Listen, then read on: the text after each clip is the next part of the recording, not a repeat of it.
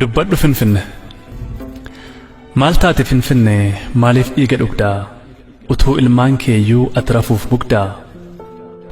lubbuu lammii keetii dhiiga goota meeqaa odoo sittin beekin liqimsiteen seeqaa ormatti firoomte lammii kan kee gantee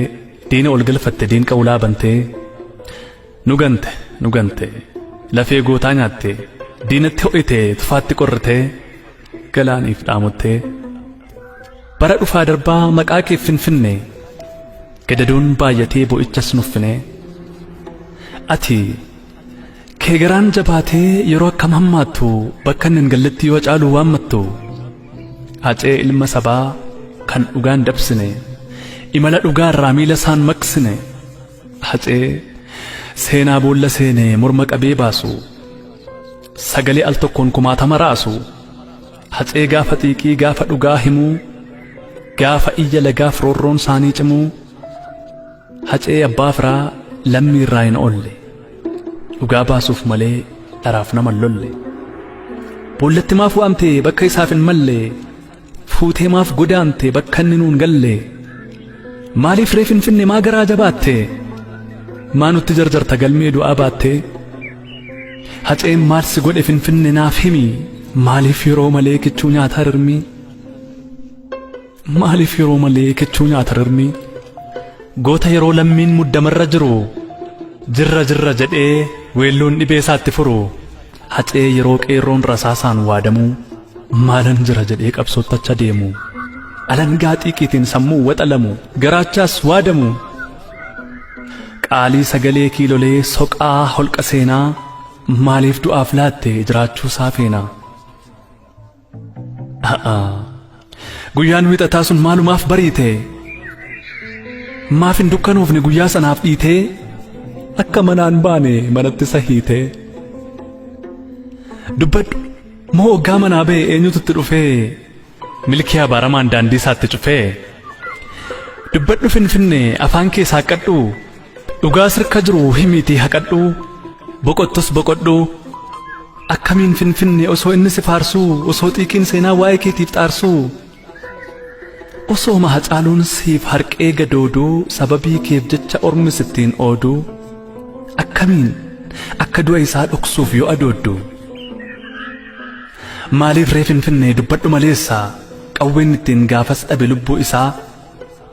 har'a eessa jira mana isa kam keessaa akkamittiin du'e hacaaluun hundeessaa Finfinne dubbadhu mee maal icciitiinsaa inni nu dhoksite haceen maal faadhaame waggaa geggeessite geggeessaa hammeenyaan gaafa galaafatte hacee qaaliin keenya mee maal faadhaammatte nun dhoksin Finfinne gara jabeenya keen erga du'aaf laatte gaaffin nun hambisin dhaamsa isaas nyaattee wal faana sawwaalte yaa ijoollee biyya kootii hundumtuun haadhoo kootii siin hin jenne Finfinne nuuf himi maaloo dafii guyyatti sana qofaaf maaliif garaan laafneefi seenaa rirmi hin nyaatu lubbuu kiyyan baasinii imimmaan dhiiraa buuftee qeerroo garaan raasinii siin jechuun isaa hin oolle Finfinne dubbadhumee utuu siif kufee ka'uu gootni sirkatti dhume yaa Finfinne dubbadhu hacaaluun maal kan dhaame yericha fuuncaa keetiin lubbuun isaa sakaalame gaafa harka keetti dhugaan isaa haalame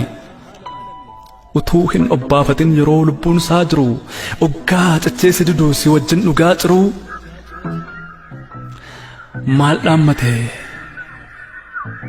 dhaammatee adeeme maal faa jedhe hacaaluu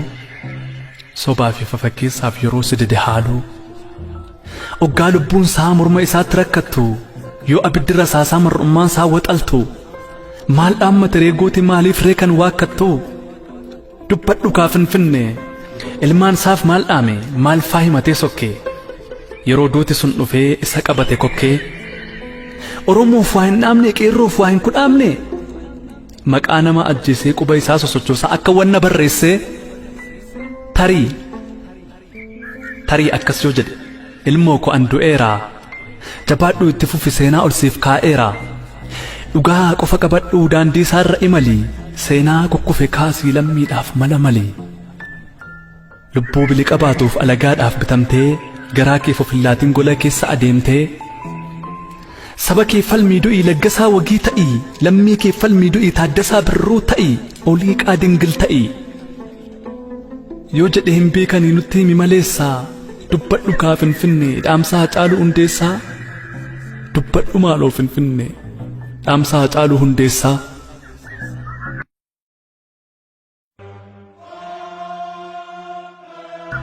Gaarii Abbaa Booraa Waxabajji 30 bara 2020